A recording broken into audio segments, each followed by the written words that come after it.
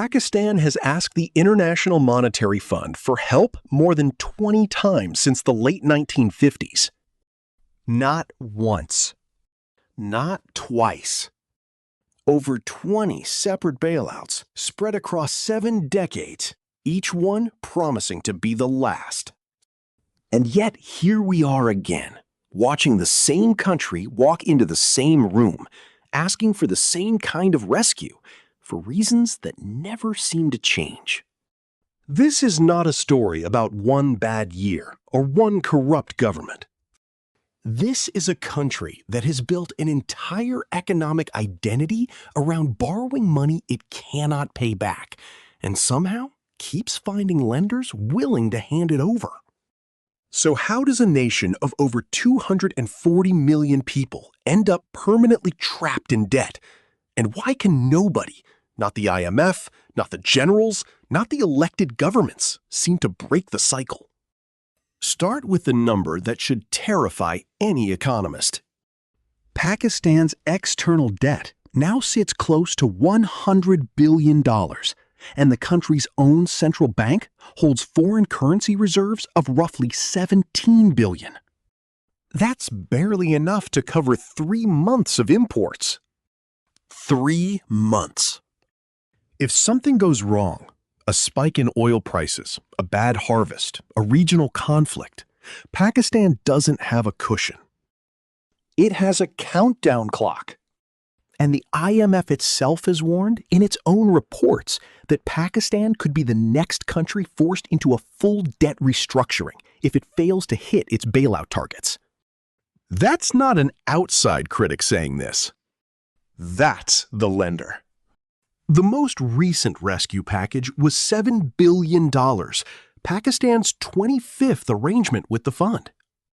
Every time this happens, the pattern is identical. The IMF sends a team to Islamabad. They negotiate a list of painful conditions: cut subsidies, raise electricity prices, increase taxes, let the currency float freely. The government agrees because it has no other choice. Money is released in installments, just enough to avoid outright default. Inflation spikes almost immediately as fuel and electricity prices jump. Ordinary Pakistanis absorb the pain while the country buys itself another 2 or 3 years before the whole cycle repeats. Nobody inside this system is lying about what's happening. Everyone knows the medicine doesn't cure the disease. It just delays the next collapse.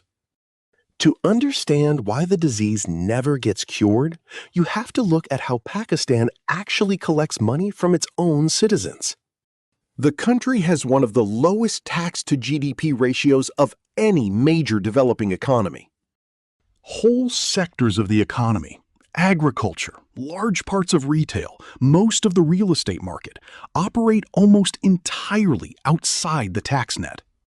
Powerful landowners and politically connected industries have spent decades protecting their exemptions, while salaried workers and formal businesses carry a disproportionate share of the burden. Every IMF program promises to widen the tax base. Every time, the same lobbies push back, and the same reforms get watered down or quietly abandoned once the immediate crisis passes. It's not that Pakistan doesn't know how to fix this. It's that fixing it means someone powerful has to lose money, and no government has survived long enough or been strong enough to force that fight to the end. Then there's the export problem, which is arguably even more dangerous long-term. Pakistan's economy has always leaned on consumption and imports rather than production and exports. The country buys more from the world than it sells to it, year after year, which means every stretch of growth eventually runs into the same wall: a shortage of foreign currency to pay for the oil, machinery, and raw materials the economy depends on. Textiles remain the backbone of what Pakistan does export, but that base has barely diversified in decades. Compare that to countries that used a crisis as a springboard to build new industries, and Pakistan looks frozen in time, still exporting largely the same goods it exported 30 years ago, just for less relative value each year. Foreign investment, which could theoretically break this pattern, has been drying up instead of growing. Security concerns, unpredictable policy changes, and a genuinely difficult environment for doing business have pushed investors towards safer markets in the region. What's kept the country afloat instead is remittances, money sent home by Pakistanis working abroad, largely in the Gulf states. It's a real lifeline, and it's massive.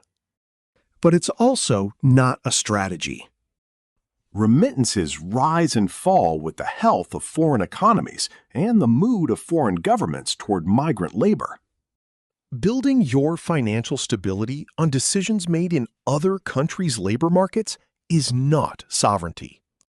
It's dependency wearing a different uniform. Layer onto all of this Pakistan's energy sector, which has its own chronic bleeding wound known as circular debt, a tangled web of unpaid bills between power producers, distributors, and the government that grows every year and drains resources that should be going toward development. Add an economy still deeply exposed to climate shocks, where a single bad flood season, like the catastrophic floods that hit the country in past years, can wipe out agricultural output and blow apart a budget that had no room for surprises to begin with. Each of these pressures compounds the others. Weak tax collection means the government can't cushion climate disasters. Climate disasters wreck agricultural exports. Weak exports mean not enough foreign currency. Not enough foreign currency means another call to the IMF. And the cycle resets exactly where it started, just with a bigger number attached. What makes Pakistan's situation so unsettling isn't that the country is doing something uniquely foolish. It's that every piece of this puzzle is individually well understood, extensively documented, and repeatedly promised to be fixed, and still nothing structural changes. Reform requires someone in power to say no to the people who fund their political survival. And so far, across 24 bailout programs and nearly 7 decades, no one has been willing to pay that price for long enough to matter. The debt keeps compounding. The reserves keep shrinking. And somewhere down the line, the lenders who have rescued Pakistan 25 times are going to ask themselves whether a 26th rescue is worth the risk, and what happens to 240 million people the day the answer is no.